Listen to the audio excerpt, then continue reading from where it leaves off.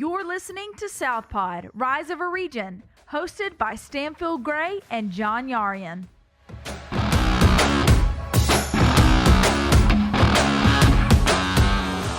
Welcome to Southpod. We are here with Call Experts CEO, Abby Leibowitz.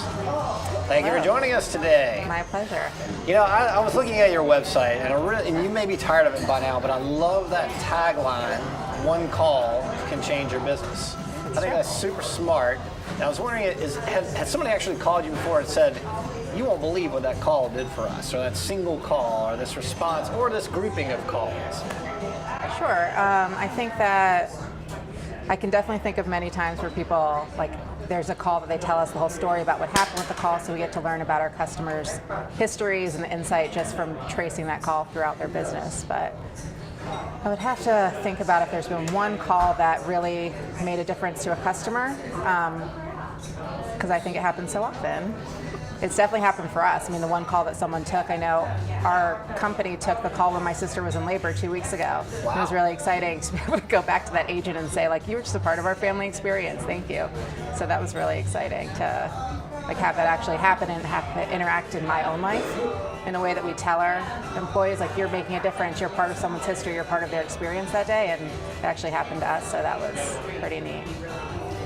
Well, so your company started in 1982, family owned. Fast forward to today, technology has changed drastically. People are embracing all sorts of chatbots, different models, channels of communication. How has that felt to you, the evolution of this over time? I don't think anybody's embracing chatbots. Yeah. Let's stop short of that. We're using them as part of our life. I'm not aware of anyone embracing chatbots. Could you tell us about every moment from 1982 until 2018? We're going to dial down the enthusiasm for that. Well, when AT&T incorporated I don't know. I think that, chatbots, everyone has said, like, you're going to go out of business. Like, they're going to put you out of business. People love to tell me that. Like, you're in a call center, a chatbot, they're coming for you. They're going to get you.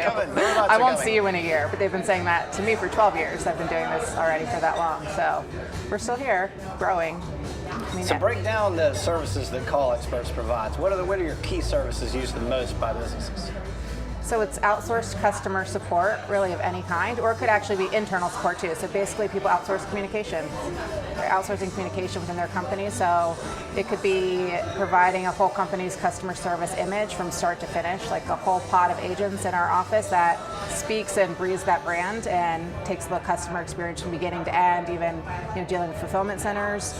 Or it could just be overflow for an office when they're busy or having an emergency.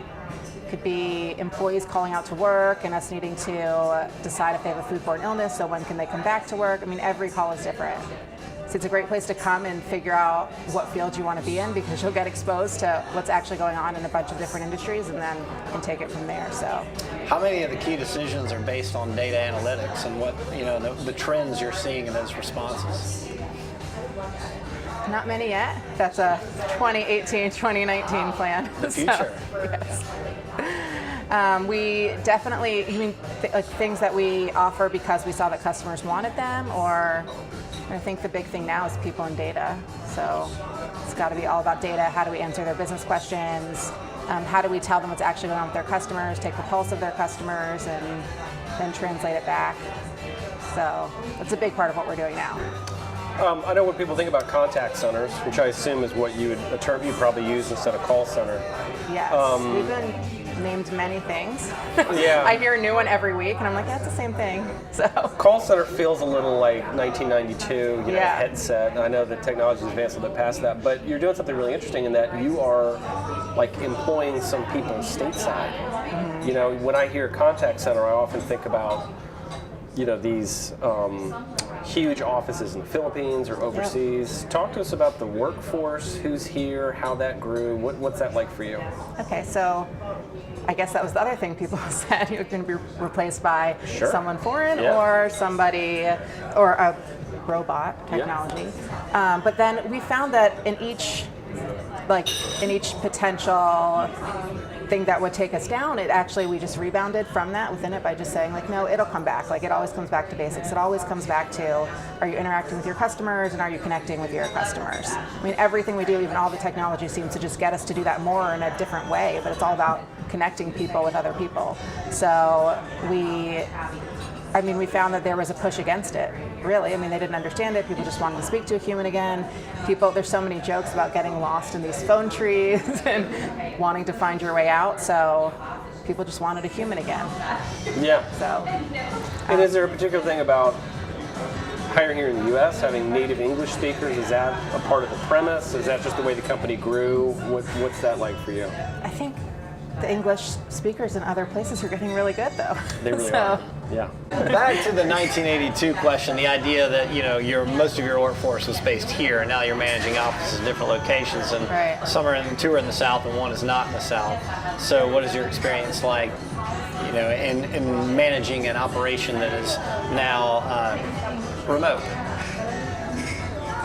I think there was definitely like an accent question at first. Like I want people with a northern accent, I want people with a southern accent, and that's gone away. That's not as big of a issue anymore. Like clients would request? Yes. Oh, really? And southern accents were associated with like sweet, kind, traditional answering service. And that's what we started as, an answering service, not really as a call center. So we started as, people in a room just politely taking a message, being as sweet as can be, being able to say things like, sure, honey, I'll get that for you. And that changed pretty quickly. So balancing between what all the customers will want and what's the common grounds. Like in the South, it's polite to say like, Miss Abby. Right? In the North, that's considered rude and sassy at most points. So, balancing those things over time, we've learned a lot about human nature and what people want and what is that middle ground. What do people really want to hear on the phone? What does it mean to have good customer service? Is it still the same as it used to be? I mean, some people think it's taking your time with every customer and letting them know you care. Some people think it's being as fast as you can and respecting their time. I mean, it really does change what people consider to be good customer service. So I'm always looking for what are those commonalities? Like what are those universal truths about customer service that are gonna, endure, rather than, now they want this type of follow-up email and we want to joke about robots doing this and be kitschy, and then, or our packing ninjas, which is actually really cute. But some people are always changing. How do we be fun with our customer service? How do we be professional with our customer service? How do we not show our personality and be nothing? How do we show our personality and be everything? It's like, it just keeps going. So you're running an acting studio. Yes, which I actually recommended to our HR person that we start looking there for new people so they can practice being who they want on the phone, and as long as the voices are respectful and polite, they can try different voices and practice who they want to be behind the mask of not seeing someone. So. Yeah, it sounds like if you've studied improv, you're a great candidate for this career. Yes. What size companies do you work with? I saw that you've worked with over 4,000 different businesses. Yes. Millions of calls. Yes. What's the sweet spot? What size? How much revenue? How many employees? Probably like the $15 to $30 million range is the sweet spot. They have processes in place that we can fit right into those and make a difference, and most of their procedures are pretty established. But we also are really helpful to small businesses. I mean, we do a lot for when someone just has two people and they're trying to run the whole show and they need to outsource. So that can be really helpful, great for startups also. But I mean, I think that's the challenge, again, looking for what's the commonality when it's a small business to a big business, and how do you kind of be in both of those worlds at the same time. How do you train people to bridge the gap between being an employee of that company versus working for your company and expressing the character and the nature of that other business? So that's also it's a challenge, but it's a fun challenge, because again, we're just looking for what's the commonality, and do they have a similar culture match to us, that we would be asked to do something that we would want to do for our business anyway, to follow up and confirm and be polite, but be respectful of time. I mean, so if you ask me what's good customer service, I do think that respectful of time is, to be efficient, to get it done, and not more time than you need, and the time it should take. So We talk about the customer brands, and we have some teams that are dedicated to all customer brands, so we might have signage for that customer all around where they are. We show videos of the customers. We explain this is what it's like to be in this customer's shoes. Like, this is how you make a difference in their life. You know, if you handle this properly so that they're able to enjoy like their kid's soccer game, this is what you get to be a part of. So we explain that, but that should apply to everyone, like to every company. So we look for the things that apply to everyone. And then where needed, do like kind of dedicated branding and make sure we speak their same message. If we ask them, you know, what is your branding? What's your message? What are your values? Okay, those are like our values, so this will translate well. This is the right team for you. So. Was the company founded here in the Charleston area? Yes. Or elsewhere? Okay. And speaking of culture and your clients' culture, what effect, if any, have you seen that the South has had, or Charleston has had on the company culture? Anything at all? Is there anything Southern about it that's in the texture of it? That is an interesting question. I think customer service used to be associated with being sweet and kind in the South, like sweet tea and sitting on the porch. Used to be, not anymore. Well, there's also negative connotations about the South, right? That we're slower. We've never heard any of that. That's a shock to us. We've never. In the Northeast, it's abrupt and quick, and they're not as nice there. But I don't know. I found that everything you're told is that's not really what is true. Well, you got this growing team. You got folks here. You got folks in New Jersey and folks in, I think, Charlotte. Yes. Is that right? What's it like looking for and finding the right people in those different areas? I mean, you just drew a distinction between Northeast and South. Right. Does it change the way you advertise the job? Does it change the way you train, or is it all consistent? It's pretty consistent. Yeah. It is consistent. I mean, we'll take into consideration like what's going on in the area near our office, like what might be convenient for people. Like, is there a school nearby? So maybe that site needs to be more part-time. Is there a military presence? So, you know, maybe we need to get in people who can be more like transient, like they might only be here a couple of years. So maybe those accounts, you know, are like campaigns that don't last as long. Use people from that field. And you're handling inbound and outbound calls? Yes. We do mostly inbound. We don't want to be telemarketers. We've said from the beginning we don't want to be the people who annoy you at dinner. You know, so we want to do stuff that we believe in and not do that, but we'll do like appointment reminders, or we'll do, if somebody's already interested, we'll do the call screening, like the lead qualification. Yeah. So that's the outbound we do. And you grew up in the South. You grew up in Charleston. Is that fair? Is that an accurate statement? I grew up in the South and the North, so maybe that has something to do with it. Well, I was going to ask, you have no accent whatsoever. Yes.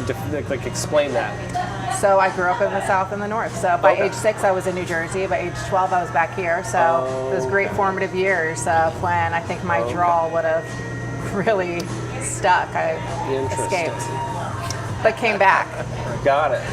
All right. And that might speak to why I was able to easily translate into doing a little bit of everything, functioning well in all different worlds, and can see it from both sides. Yeah. All right. And what do you think of his home then? If you had this sort of split North and South upbringing in your mind, where are you really from, or where do you belong? Both. But equally both. All right. Yeah. Why try and define it? Okay. Just go with No, it. that's fine. We're Wherever trying I am to at get the you time. to Yeah. claim the Southern team, but I'm that's not going okay. to. I have to stay neutral. All right. It's got to get complicated with sports. Yes. But okay. Sure. Depends who's asking. Yeah, for sure. Yeah. And it sounds like the company's growing. So we've been It is talking growing. about people in different locations. What's fueling all that? The growth? Yeah. We have a product that works. Yeah. A lot of our industry consolidated or couldn't keep up with the growth, and we didn't. We chose to not.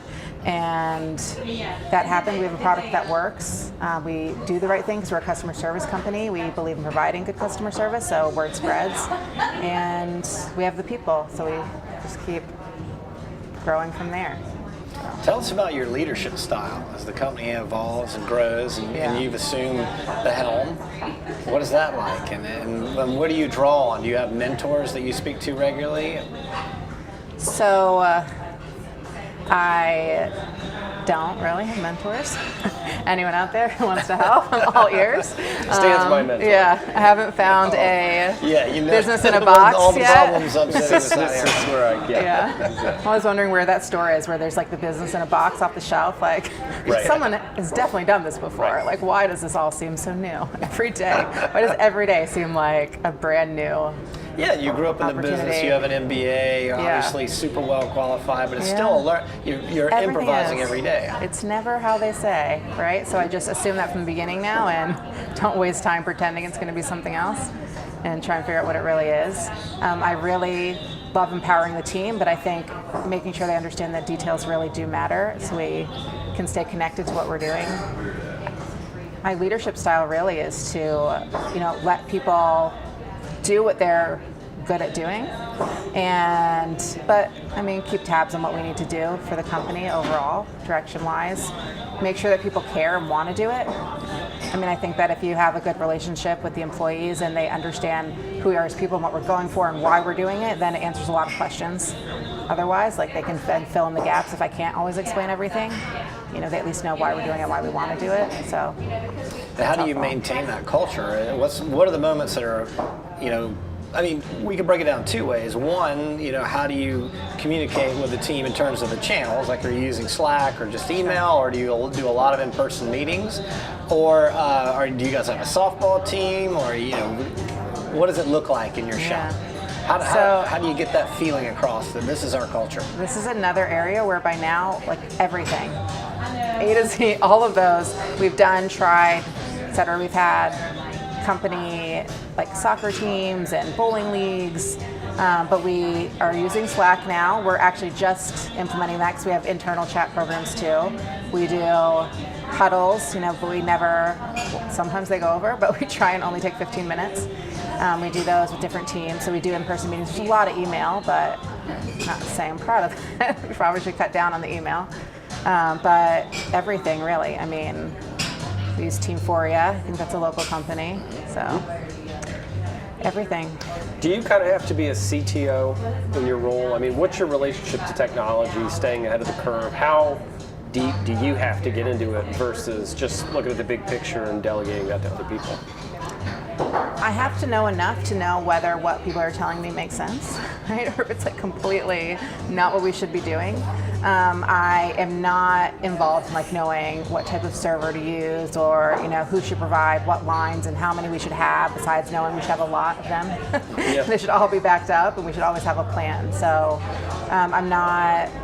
that's actually the one area that I kind of stay away from, because I'm worried if I got involved, I would want to know everything about every line and wire. And still, I'm surprised sometimes when they say like modem. Like, I guess companies still use modems. Some of them, I guess. T3 modem. Is that something? I find that it's interesting. There's a lot of pressure on leaders to know a lot about technology in a way that they're not expected to be conversant in accounting or logistics.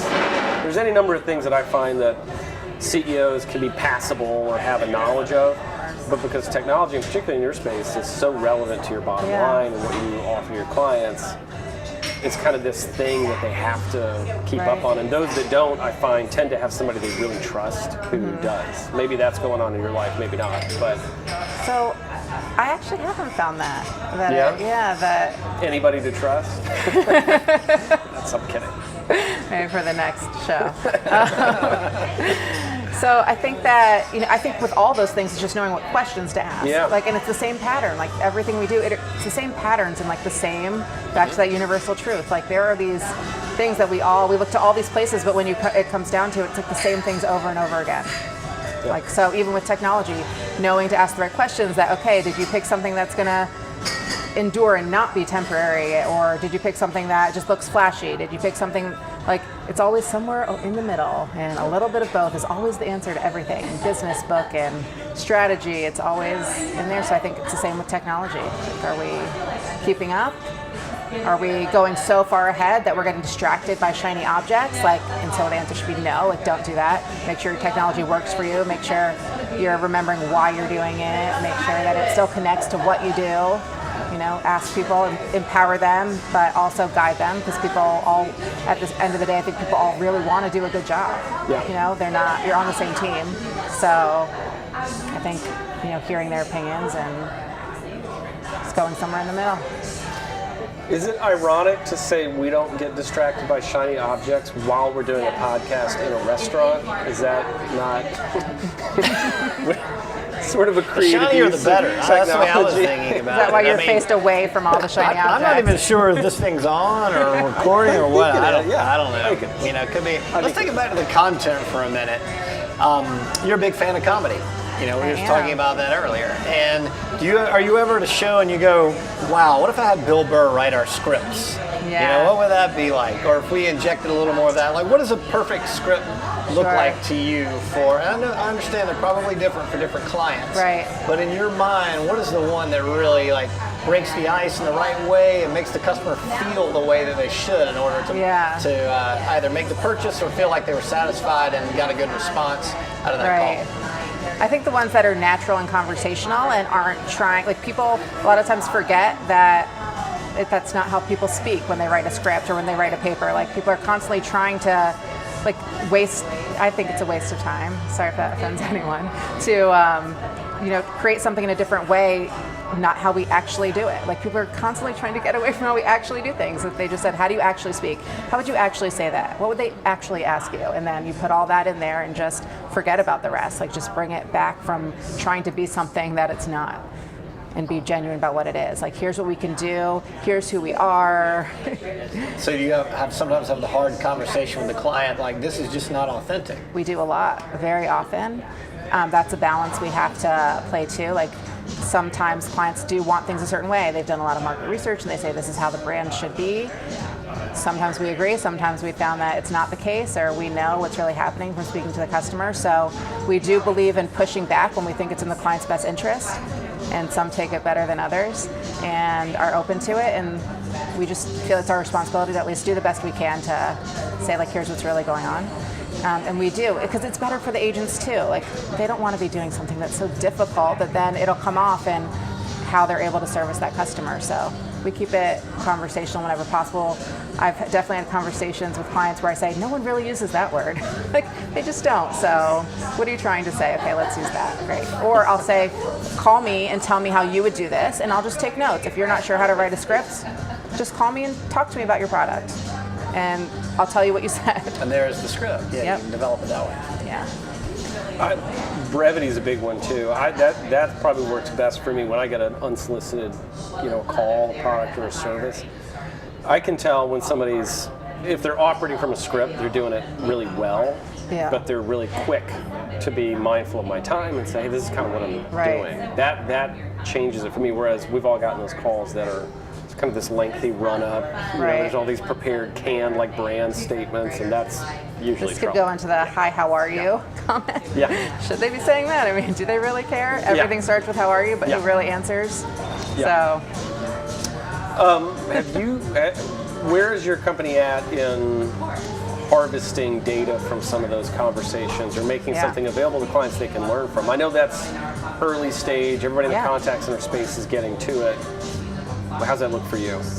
That is a huge focus right now. Yeah. That's something we're very interested in. That's something that, makes us different, being able to tell a story or explain the why and give them the information they need to make better business decisions. So if we really need to be a partner and want to be a partner with these people and tell them about their business, then we need to know the data, and we need to know the data that's going to help them answer the questions. So we need to know their questions. And we do. We have a lot of experience in a lot of industries now that I learned so much just visiting with customers and hearing just what's going on in their office and what types of things they're dealing with how we can then help them. So we get to be mini business consultants, every day. Is it so granular that there are now keywords that happen in a conversation that might trigger a different response? So let's pretend that I'm one of your employees and I'm on the phone and someone happens to mention when we're selling outdoor gear and they happen to mention something about a tent or that they like to go hiking. Does that trigger a different avenue that you would take in the response, or is it not that granular yet? It's not that granular yet. I would imagine for big retail companies who have a whole call center dedicated, they're probably studying things like that and diverting and trying to sell more based on what they say. But we're just doing. It's just not that complicated for us. We're nice and friendly and fast as you get them what they need and take it from there. We do a lot of stuff for internal communications too, so not all of our customers we're not always talking to their customers, we might be speaking to their employees. So that's really an interesting place too, with thinking about, are your employees your customers in some way? Are you needing to make them happy? Because yes. Are there any emergency calls that come to mind, like someone says, oh my God, I'm going into labor while I'm on the phone? Yes, that happens pretty often, probably every day.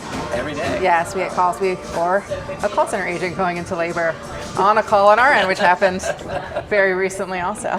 So, I think anytime you have a bunch of people in one place, anything happens, it's just people, and I like that and you asked, earlier about recruiting, I like that we bring in there's no one type of person we look for besides that they're nice and genuine. So I like that gets to be the commonality, and that they can bond over customer service and being nice instead of maybe a hobby or where they're from or the size of their family. Instead they're bonding over what we need to do every day. So business has been around a while, family-owned business. You came up in it. Did you ever serve a stint taking calls? Yes, absolutely. You did? Yes. What was that like? Well, I don't know what the child labor laws were like when I was younger, so I don't know what I should say. But I did have a computer and keyboard in my room. Probably I was 8.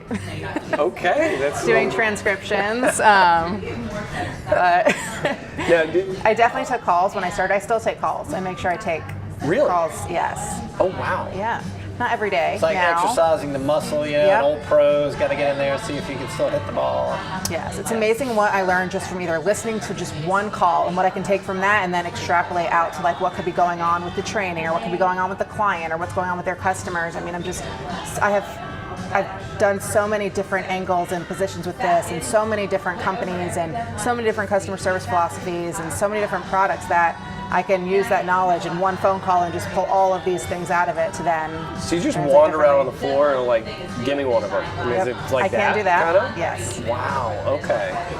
So that means you're pretty conversant in what all these different clients are needing or how you represent them, so you've got all that, and you can just switch between them, whatever it is. I can. That's part of the training too. Wow. But also part of using the technology in the right way, right? So we want the technology to be such that we have to predict what information that they need available to them quickly. Yeah. And then how do you train to keep the experience going when you can't get that information right away? If it's not there. That's part of the training too, the call control and being enthusiastic as you say no or I don't know. Can you give us 2 minutes of training? So we're going to start. We're starting at your company. Tomorrow we're going to get headsets or phones. What do we need to know? Where do we begin? But I'm nice and friendly, and John's irritable, kind of tired of me here. And, so this is not accurate whatsoever. Right. Yeah, John's having a bad day. And right, we can't start at the same place. I don't know why this has got to be a competition. What do we need to know to be prepared? Okay, I think you need to know why you're here and what a difference you make for these companies. Okay. I think you need to know that you represent their brand and that you are what their callers are going to see and how they're going to experience that customer. So you need to know you're important and that you make a difference, I think, first of all. Okay. And that you control that company's brand experience. So start with that and just remember why. That's powerful. It's okay. Powerful thought. Is there a quick script we should memorize? How would I? So we don't believe in memorizing things. Really? Okay. Clearly we don't either. Great with that. That works. Yep. We believe. So there's no it's a great day, Big South. Thank you for calling. Even that, or are there little phrases? We script that out. Okay. Because it could change from customer to customer, and we don't want them to misremember if something changes quickly. A lot changes fast, and we never close. We can't shut down and say, "Hey, everyone, get back in for training." So we need it written out and documented. We need it, it should be glance and go. Okay. You glance, you know what to do, and then you can just go with it. Okay. And that's Glance the goal. and go. So we're going to train you where to look, and we want to train you how to think. We'll say, this is where to look for the first part of the script. This is what you're going to say. There's an answer phrase right here. So I guess that's the next part of your training and navigating the system. You're going to look in the top right. It's going to tell you what to say. Okay. Based on what you see around the screen, you'll know things from your training, how much you're allowed to help. There's some customers, you can only take a message, because it could be we don't want to give advice that then might be considered a government law. I mean, we do a lot of stuff for government agencies. You can't give advice. That could be the law. You don't want to give medical advice. You're not a trained nurse. So, as far as I know. I love to give medical advice. Right? Yeah. Can't do that. Yeah, that sounds like a pretty big How deal. many calls we got to take in an hour, would you say? Yeah, Typical what day. are we getting into? And how long is the shift? So, also can depend on the type of call and account. A call could be 30 seconds and a call could be 30 minutes. So it depends on what group you're placed in. So we have different tiers within the company of training. We try and group similar things together, either based on industry or based on what we're processing or what system we're working in. So, maybe we group all Zendesk accounts together, even if they are different industries, because you're working in Zendesk and that's a different training process. Or we would group, maybe if a company's big enough to have their own dedicated team, then you could be taking those calls together. Or we might have all medical calls together, or all home service calls together, or all HR calls together. Those are all big industries that we service. Those are some of our main ones. So it could depend. But standard, I would say probably around 20 calls an hour. Okay. Can you give us a quick response or statement, no brand, but just something in the lexicon Sure. that we can then perform back and you can tell us if we're doing it right? So give me what's, no ma'am, we're closed on Sundays, but we'd be happy to serve you on Monday. Just some phrase So or you something in have the some script. experience with this, obviously. Well, but give me one, because I want to see who's better at it. So Okay. teach us one and then we'll perform it back. Okay, so if you are asked a question that you don't know the answer to, then you find a way to say what you can do instead, which is Okay. very similar. So if I say, okay, well, I need you to, I call you, I'm in distress, I need you to get the doctor for me right now and tell me what to do. So what would you say? So yes, please hold while I get the doctor for you. Know that we'll be right back. We're not going anywhere, so we're here. Okay. I like that. There's one That was version. terrible, but I would say, ma'am, the doctor's very busy, but I've been working here for a while and I know a lot. Give it a shot.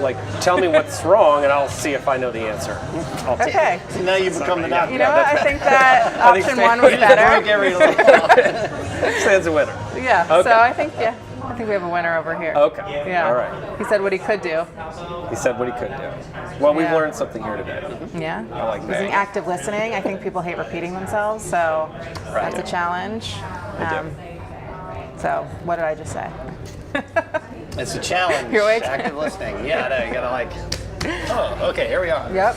Are there any, that kind of reminds me, some people, athletes, musicians, others have little practices they do to get in the zone or the moment. Is there something like that at a call center? Let's say, okay, that last 20 minutes was tough. What do I do? Do I stand up and walk around for a second, take a couple breaths? That's why we have a relaxation room to take a Nice, few okay. breaths, little massage chair, just to clear your head. Because a big thing that we also say in training is don't take anything personally. You're going to hear a lot of people upset, people who don't know things. The people who are calling you need help. They need to know something. So they usually are frustrated, not always, but they need something from you. And they don't really need it from you, they need it from someone else. So it's never personal. You're there to do your job. And do you have somebody on the team that's been there for a decade and they're like the Zen Buddha of receiving calls? They cannot be rattled. The stress doesn't transfer to them. we do. We have some 17 plus year employees, and we have one that has kind of been with different transitions of companies that we've acquired over time. It's been longer than even our company's been in business. He's just been rolling with the punches and new company, and he's still on the phones. It's been maybe 40 years. So. Okay. Yeah. I love 40 it. years. Yeah. Incredible. Yeah. It's intense. Yeah. Thank you for joining us. Yeah. Thanks for having me. Appreciate Thank you, it. Abby. Thank you for listening to Southpod, Rise of a Region, where innovators dish on success, failure, and a rapidly evolving South.